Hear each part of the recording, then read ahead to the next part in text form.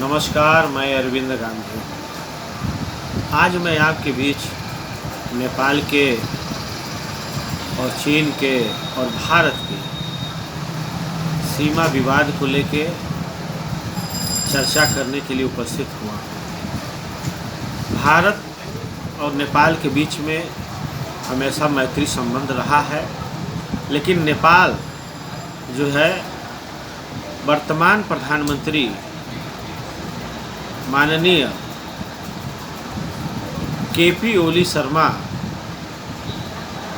जी का झुकाव चाइना के तरफ है और चाइना के दबाव में वो भारत के साथ तनाव बढ़ा रहे हैं, संबंध खराब कर रहे हैं, जो नेपाल के हित में नहीं है।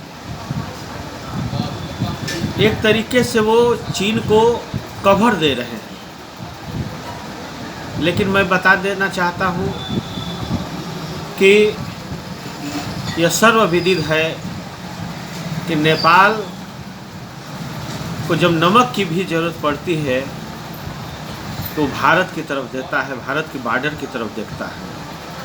चीन उसकी सारी आवश्यकताओं की पूर्ति नहीं कर सकता है और चीन किसी का नहीं है। चीन की सोच विस्तारवादी सोच है। चीन जमीन खौआ देश है और उसका जो है नियत हमेशा अपने कमज़ोर पड़ोसी मुल्कों का ज़मीन जो है हड़पने का रहा है।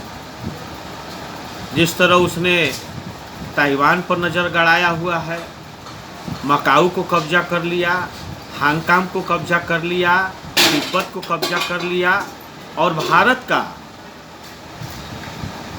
कई सौ वर्ग किलोमीटर ज़मीन 1962 में आज भी दबाए बैठा है। तो नेपाल ये न समझ ले कि चीन जो है हमारा दोस्त है, क्योंकि जो अभी रिपोर्ट आ रही है कि नेपाल के पहले रिपोर्ट आई कि 7 जिलों की 3400 हेक्टेयर भूमि जो है कब्जा कर लिया चाइना। फिर रिपोर्ट आई कि 11 जनपद की जो है 64 एकड़ ज़मीन कब्जा कर लिया। और फिर रिपोर्ट आया कि 110 गांव का भारी संख्या में ज़मीन जो नेपाल का जो है चीन ने कब्जा कर लिया और पीलर को भी अपने तरफ घुमा दिया है और उसकी नदी के बहाव को भी घुमा दिया है।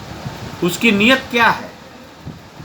अगर वो नेपाल का मित्र है, नेपाल का शुभचिंतक है, तो उसकी ज़मीन क्यों कब्जा कर रहा है, ज़मीनों को क्यों हड़प रहा है?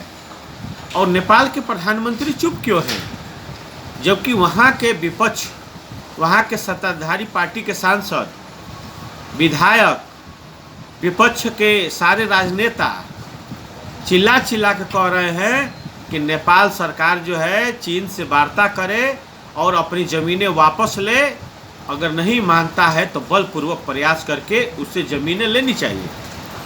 लेकिन नेपाल के प्रधानमंत्री केपी शर्मा ओली जी खामोशी मेंटेन किए हुए हैं, बनाए हुए हैं और वह भारत के साथ तनाव बढ़ा रहे हैं, जो उनके हित में नहीं है, जो वहाँ की जनता के हित में नहीं है। जनता कतई नहीं चाहती है कि भारत के साथ संबंध खराब हो, लेकिन चीन के दबाव में, पता नहीं किस लालच में वहाँ की सरकार जो है चीन के साथ जो है लचीला रवैया अपना रही है और चीन जो है धीरे धीरे नेपाल की ज़मीन जो है निगलते जा रहा है।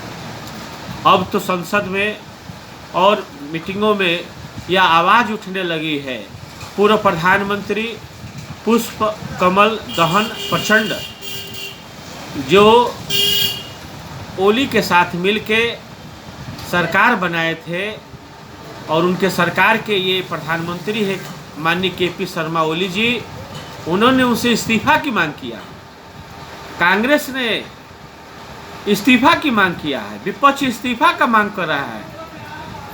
जितने भी मधेसी संगठन है, पार्टियां हैं, वो आंदोलन पर उतर गई है और परिणाम ये हो गया है कि नेपाल की सरकार कभी भी जा सकती है। यह मैं आपको अपने सूत्रों के हवाले से बता रहा हूँ, वहाँ के सूत्र बता रहे हैं। वहाँ के हमारे संपर्क में जो राजनेता हैं, जो सांसद हैं, विधायक हैं, वो बहुत नाखुश है वर्तमान सरकार से कि वो चीन के साथ दोस्ती करके वह नेपाल का बहुत नुकसान कर रहे हैं। जिस दिन भारत के साथ संबंध खराब हो जाएगा उस दिन नेपाल जो है बहुत सुरक्षित नहीं रहेगा, उसकी आवश्यकता की पूर्ति नहीं हो पाएगी और वहाँ पर अभी भी केवल तनाव बढ़ने से नेपाल में खान पान का जो रोज़मर्रा की चीज़ें हैं उसका दाम जो है बहुत बढ़ गया है, वहाँ बहुत महंगाई हो गई है। तो मैं आह्वान करना चाहता हूँ वहाँ के लोगों से कि आप जो है भारत के साथ जो प्राचीन काल से, रामायण के काल से बेटी रोटी का संबंध है, रिश्ता है, हर कीमत पर बनाए रखने के लिए सरकार पर दबाव बनाइए। और मैं सरकार से भी कहना चाहता हूँ कि आप अपने वास्तविक हितों को समझिए कि आपका वास्तव में सच्चा मित्र नेपाल है, अरे चीन है कि भारत है। इस बात को नेपाल को समझना होगा। बहुत बहुत धन्यवाद।